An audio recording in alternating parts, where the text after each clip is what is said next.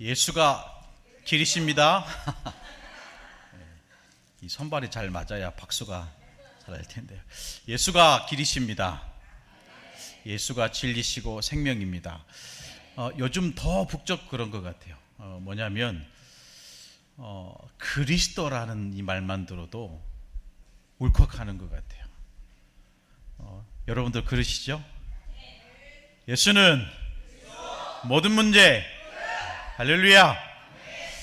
제가 어젯밤에 밤잠을 막 설쳤어요. 우리 권사님하고 이렇게 통화를 하는데 권사님이 계속 우시는 거예요. 왜 우는지 영문도 모르고 계속 우시는 거예요. 그러다가 잠에서 깼어요. 그래서 잠을 못 잤어요. 누군지는 점심 드시고 오후에 그 장본인을 좀 말씀드리고요. 예수님이 이 땅의 길로 진리로 생명으로 오셨습니다. 그 예수 앞에 말로 표현할 수 없을 만큼 아주 귀하고 값진 향유를 머리에 부었습니다. 그럼 오늘 말씀 향유를 부은 이 사건 이전에 이 배경을 우리가 좀 알아야 되겠죠. 특별히 26절 1절 말씀 보니까 예수께서 이 말씀을 다 마치시고 여기에는 모든 그리스도의 사역의 완성을 얘기해 주고 있는 거죠. 예수님이 공생의 3년 동안 하신 사역은 세 가지로 함축해서 말씀드릴 수 있습니다. 그 첫 번째 사역은 천국 복음을 전파하시는 사역이었습니다. 그리고 두 번째 사역은 하나님의 말씀을 가르치시는 사역이었습니다. 그리고 세 번째 사역은 병에 들어서 어려움 당하는 그 영혼들을 치유하고 고치는 사역이었습니다. 그래서 오늘 예수께서 이 모든 말씀을 다 마치시고 이제 예수님의 이 그리스도의 사역의 마지막 클라이막스를 향하여 가는 여정 중에 있습니다. 그것도 예수님이 언제 잡히시죠? 6월절 날에 잡히십니다. 오늘 말씀 보니까 6월절이 이제 며칠 남았죠? 이틀이 지나면 6월절이라. 그래서 예수님을 잡아 죽이려고 이 종교의 대제사장들이 서로 이제 머리를 짠 거죠. 6월절 날 유대인의 큰 명절 날 잡지 말자고. 그런데 예수님이 언제 잡히셨어요? 명절인 6월절은 어떤 명절입니까? 출애굽을 기념하는 절기입니다. 근데 여러분 아무리 우리가요 머리 싸매고 인간의 방법으로 모든 것을 계획한다 할지라도 결국에는 하나님이 원하시는 대로 갑니다. 밀란이 일어날까 봐 그 6월절 그 명절에는 예수님을 잡지 말자. 근데 예수님은 인간의 모든 계획과 생각과 모든 것을 뛰어넘어서 그 6월절 주인공 되신 그분이 바로 6월절 날 잡히시게 된 겁니다. 거기에 오늘 한 여인이 예수의 머리에 향유를 붓는 어마어마한 사건이 일어난 된 거죠. 그 사건을 향하여 예수님은 이렇게 얘기합니다. 내 장례를 위하여 한 것이다. 그래서 오늘 말씀에 있는 것 같이 13절에 내가 진실로 너희에게 이르노니 온 천하에 어디서든지 이 복음이 전파되는 그곳에 이 여자가 행한 일도 같이 말해라 라는 거죠. 말해라. 그만큼 중요하다. 그래서 어쩌면 마태복음, 마가복음, 누가복음, 요한복음을 사복음서라고 얘기합니다. 어떤 예수님이 하시는 그 말씀 가운데 어떤 복음서는 있고 어떤 복음서는 없는 그런 것들이 있는데 오늘 한 여인이 예수의 머리에 향유를 부은 이 사건은 사복음 전체에 기록되어 있어요. 그만큼 중요하다 그 말인 거죠. 근데 여러분 이 예수의 머리에 향유를 부은 이 사건이 좀 복음서마다 차이점이 좀 있습니다. 특별히 요한복음 12장에 보면 예수의 이 몸에 향유를 부은 이 여인이 누구냐라고 기록하고 있어요. 그게 바로 마리아라고 기록하고 있죠. 누가복음 7장에 보면 죄를 지은 한 여인이라고 나와 있습니다. 그러나 마태복음과 마가복음에는 이름 없는 한 여인이 나와요.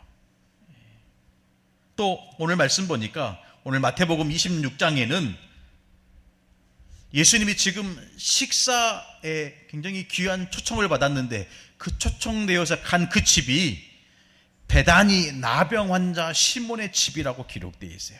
근데 요한복음 12장에 보면 그 식사하는 초대집에 갖는 그 집에는 누가 있냐면 마르다와 마리아가 있습니다. 좀 다른 거죠. 같은 사건을 기록하고 있지만 이 말씀을, 이 사건을 기록한 저자마다 좀 다른 시각으로 기록한 겁니다. 더 중요한 게 이 향유 사건이 일어난 그 시간, 그 시기가 좀 달라요. 오늘 마태복음에서는 6월절 이틀 전에, 근데 요한복음에 보면 6월절 엿새 전에라고 기록하고 있어요. 어떤 신학자는 이게 좀 각기 다른 사건이다라고 기록하고 있습니다. 이렇게 말도 하고 있죠. 그러나 여러분, 엿새 전, 이틀 전, 누구의 집이냐, 누구냐, 그게 중요한 게 아니죠. 이 향유 사건은 반드시 그리스도를 위한 장례 사역을 위해서 하나님께서 허락하신 거라는 거예요. 근데 요한복음에 보니까 이 마리아는 향유를 어디에 부었죠? 예수의 발 앞에 부었어요. 그래서 그 예수의 발에 입 맞추고 그 자기의 그 머리털, 사실 이 머리는 여자분들의 자존심 아니겠습니까? 그렇죠. 뭐 남자야 뭐 미용실 가면 뭐 5,000원, 10,000원이면 머리 깎는데 여자분들은 머리 한 번 하는데 거의 뭐 10여만 원 이렇게 하는 것 같더라고요. 그렇죠? 예. 머리는 여자들의 자존심인 것 같아요. 자기를 내려놓고 온전히 그리스도 앞에 믿음으로 서게 된 거죠. 거기에 어마어마한 값어치가 있는 향유를 요한복음 12장에 보니까 나드라는 향유 옥합을 드린 겁니다. 그 당시에 나드는 이스라엘 땅에서 나지 않은 겁니다. 이 말이 무슨 말이죠? 수입산이라는 거예요. 저희 집에도 이렇게 향수가 있는데 이게 뭐 보니까 싸지는 않은 것 같아요. 싸지는 않죠. 제가 우리 지연이 그 집을 정리하는데 가득 있는 게 다 향수더라고요. 근데 같이 집 정리하면서 우리 좋은 곳은 우리 구경하니까 다 챙겨갔어요. 그만큼 가치 있는 것을 사실은 얼마나 가치 있겠습니까? 그렇죠. 얼마나 중요한 겁니까? 또 값어치가 나가잖아요. 그런데 거기에 앞뒤 따지지 않고 오로지 내 앞에 서 계신 그리스도만 바라본 거죠. 오늘 마태복음에 나와 있는 이 향유 사건은 이 향유를 어디에 부었습니까? 한번 생각을 해보시면 금방 답이 나옵니다. 머리에 부은 거예요. 저는 이 사건을 보면서 이 성경에 기록된 이름 없는 한 여인이 예수의 머리에 향유를 부은 이 사건은 물론 예수님이 직접 얘기하신 것처럼 내 장례를 위함이다. 3년 내내 제자들과 함께 하시면서 천국 복음을 전하시고 하나님의 말씀을 가르치시고 병든 자를 치유하는 이 중요한 마지막 그 순간에 이 이름 없는 한 여인이 그리스도의 사역을 완성하는 기름을 붓게 되는 중요한 응답을 받게 된 것입니다. 향유를 부은 여인. 여기서 우리는 좀 세 가지를 또 언약으로 붙잡고 또 새롭게 한 주간을 시작해야 될 줄로 믿습니다. 그 첫 번째가 뭐냐? 내 인생의 최고 응답이라는 거예요. 뭐가 최고 응답입니까? 향유를 부은 이 여인은 최고 응답을 보게 된 겁니다. 그 응답이 뭐죠? 그리스도를 만나게 된 거예요. 할렐루야. 그리스도를 만난 게 저와 여러분의 인생의 최고 응답인 줄로 믿습니다. 뭐가 응답입니까, 여러분?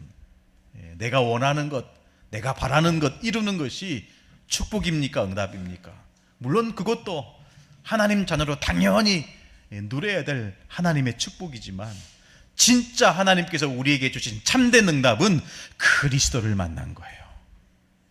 베다니 나병 환자 시몬의 집에 식사하는 그 예수 그리스도, 그 그리스도를 만난 한 여인, 그 사람이야말로 내 인생의 최고 응답을 보게 된 것이죠.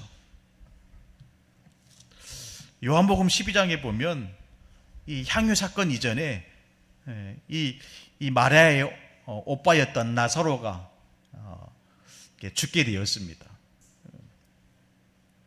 나중에 예수님이 찾아오시죠. 찾아와서 사람이 썩은 냄새가 풀풀 나는데요, 예수님이 찾아오신 거예요. 그러면서 나는 부활이다. 나는 부활이다. 나를 믿는 자는 죽어도 살겠고 살아서 나를 믿는 자는 영원히 죽지 아니하리라. 이것을 내가 믿느냐라고 했죠. 그러니까 죽은 나사로가 살아났다는 이 사실을 통해서 수많은 사람들이 예수 믿게 된 것입니다. 그때부터요, 이 예수를 싫어하는 이 종교 지도자들이 나사로까지 죽이려고 계획을 세운 거예요. 야, 사람이 얼마나 악합니까? 사람을 죽이려고 계획을 세운 거예요. 예수를 죽이려고 계획을 세운 거예요. 그걸 아시고 또 그 집에 들어가신 거죠. 그 집에서 또 사랑하는 사람들과 함께 식사를 나눈 겁니다. 그때 마리아가 예수 앞에 눈물을 흘리며 그의 머리털로 예수의 발을 씻기고 300데나리온, 그 당시의 값어치가 지금 성경에 기록된 대로 300데나리온, 이따가 우리가 잠깐 말씀을 나누겠지만 제자들이 왜 이것을 허비하느냐, 이렇게 얘기할 만큼 가치가 있었던 것 같아요. 그런데 앞뒤 좌우 상관하지 않고 내 앞에 서 계신, 내 인생의 모든 문제를 해결하신 그리스도 앞에 자기 자신을 깨트리게 된 것입니다. 여러분, 나병 환자 집에 있는 그 그리스도를 만난 한 여인, 그 여인에게 있어서 가장 최고의 큰 축복과 참된 응답은 바로 그리스도를 만난 거예요. 뭐가 응답입니까? 그리스도와 함께하는 인생이 최고 응답입니다. 그리스도와 함께하는 인생이 최고 응답이에요. 향유를 쏟아부은 이 여인을 보세요. 아무도 실현하지 못한 헌신을 하게 된 거죠. 7절 말씀 보니까 매우 귀한 향유 한 옥합이라고 그랬어요. 매우 귀한. 그러니까 제자들이 보고 나오는 반응이 뭡니까? 붕괴했다라고 했습니다. 붕괴했다. 저는 이 말씀 보면서 참 제자들이 어처구니 없다 처음에는 그렇게 생각했는데 좀 다르게 봤어요. 아, 당연한 반응이구나. 왜냐하면 예수님이 평소 가르침이 바로 그거였어요. 고아와 과부들을 돌봐야 된다. 이웃들을 살펴야 된다. 우리가 마태복음을 통해서 지나온 부자 청년, 여러분 기억나실지 모르겠어요. 부자 청년. 하나님의 율법을 다 지켜 하나님을 사랑하고 모든 이웃을 사랑했던 그 청년을 향하여 하신 말씀이 뭡니까? 네가 가진 모든 것을 다 팔아서 가난한 자들에게 나누어 줘라. 그리고 너는 나를 따르라. 근데 그 부자 청년 보세요. 따랐어요, 못 따랐어요? 결국에는 못 따랐어요. 뭐 때문에요? 내가 가지고 있는 그 물질 때문에. 근데 오늘 이름 없는 한 여인을 보세요. 그것이 중요하지 않았던 겁니다. 내가 가지고 있는 것, 내가 지키고 싶은 것, 그거 하나님 앞에서 아무 소용없다는 것을 깨닫게 된 거예요. 요한복음 12장에 보니까 300데나리온, 그 값어치가 300데나리온. 그때 여러분, 그때 당시라고 우리가 얘기하면 지금과 많이 상황이 다르지만 한 데나리온이 한 사람이 하루 일어서 벌 수 있는 수입이라는 거죠. 그러니까 여러분, 300데나리온은 1년치 뭐죠? 그 사람의 연봉이라는 거예요. 그 사람의 연봉. 지금에 환산하면 적어도 물론 다 일하는 그런 것 틀리겠지만 대략 한 5천만 원 정도 되지 않을까.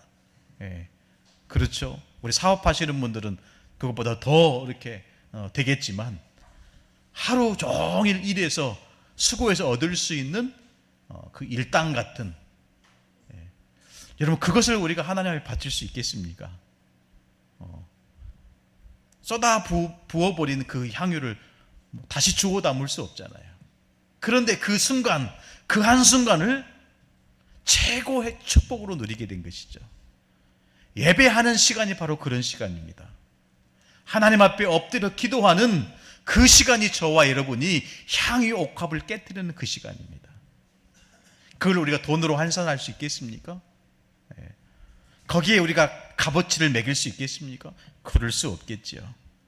내가 가지고 있는 모든 재산 전부를 드렸던 이름 없는 한 여인, 그 믿음이 저와 여러분의 믿음이 되어야 될 줄로 믿습니다. 그 믿음의 행동을 할 수 있었던 그 이유가 뭡니까? 복음 안에서 모든 축복을 받았고 내 인생의 모든 재앙과 저주에서 빠져나왔기 때문에 저와 여러분은 복음의 빚진 자입니다. 빚진 자예요. 이 향유 사건을 통해서 각자 이 주시는 주인공이 좀 달라요. 어떤 부분에서는 죄에 대해서 설명하고요, 어떤 부분에 대해서는 사랑에 대해서 설명하고요. 어떤 집은 초청을 받아서 갔는데 누구의 초청을 받았냐면 바리새인의 초청을 받았어요. 바리새인이 왜 예수님을 식사에 초청을 했습니까? 저는 한 번씩 우리 성도들 집에 이렇게 식사 초대받아 가면 너무 이 마음에요 따뜻해요. 왜냐하면 사랑을 가지고 저를 섬겨주시니까. 그래서 음식도 굉장히 맛이 있지만 그 손길과 마음이요 굉장히 따뜻해요.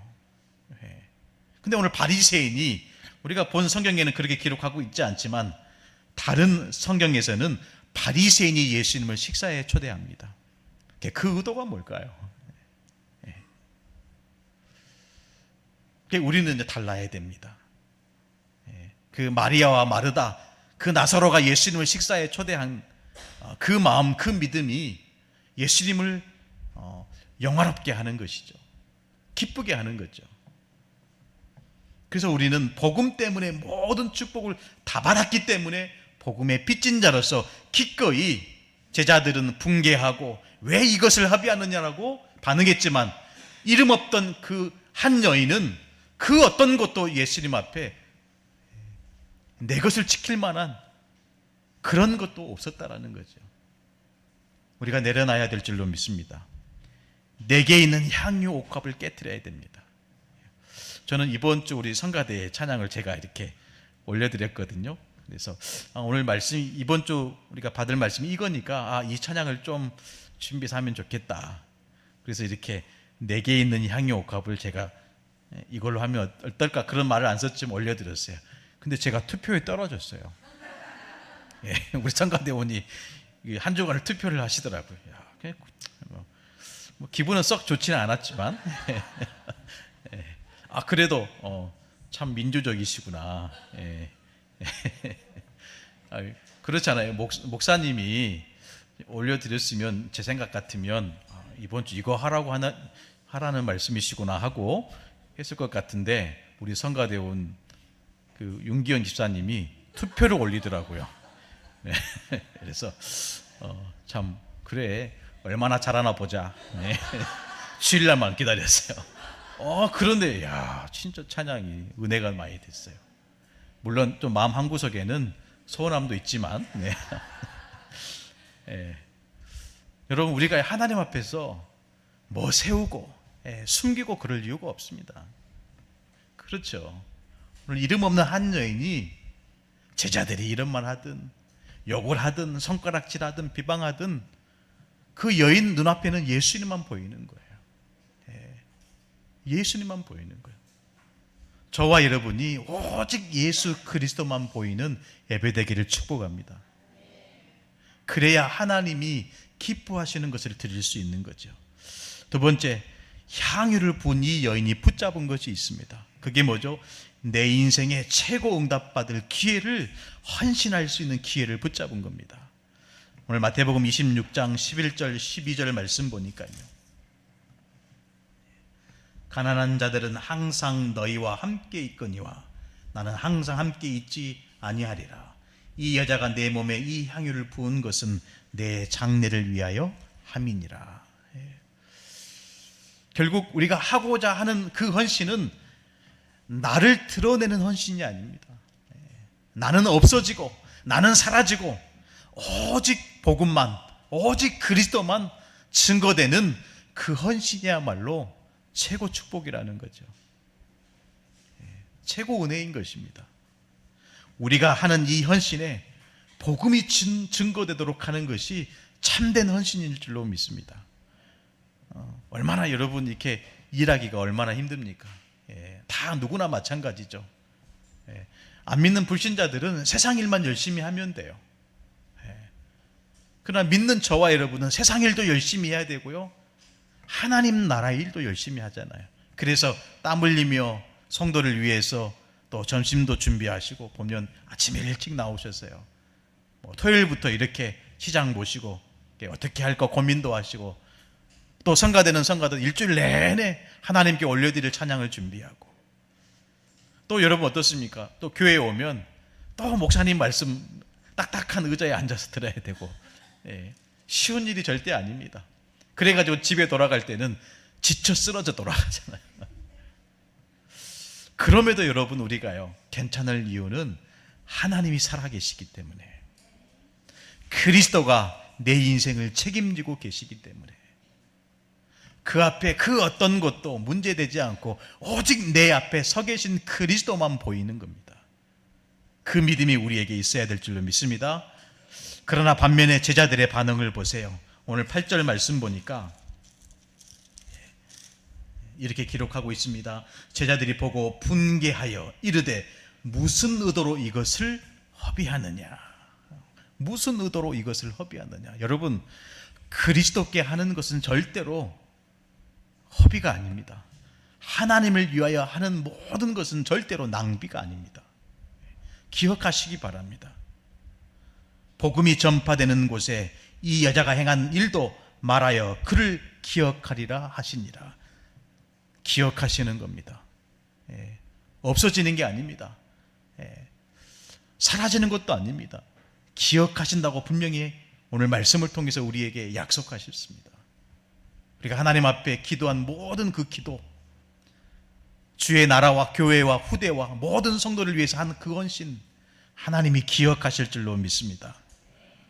근데 다른 한편에 오늘 가룟 유다가 나왔는데요, 그때부터 가룟 유다는 어떤 머리가 돌아가냐면요, 14절 15절 말씀 보세요.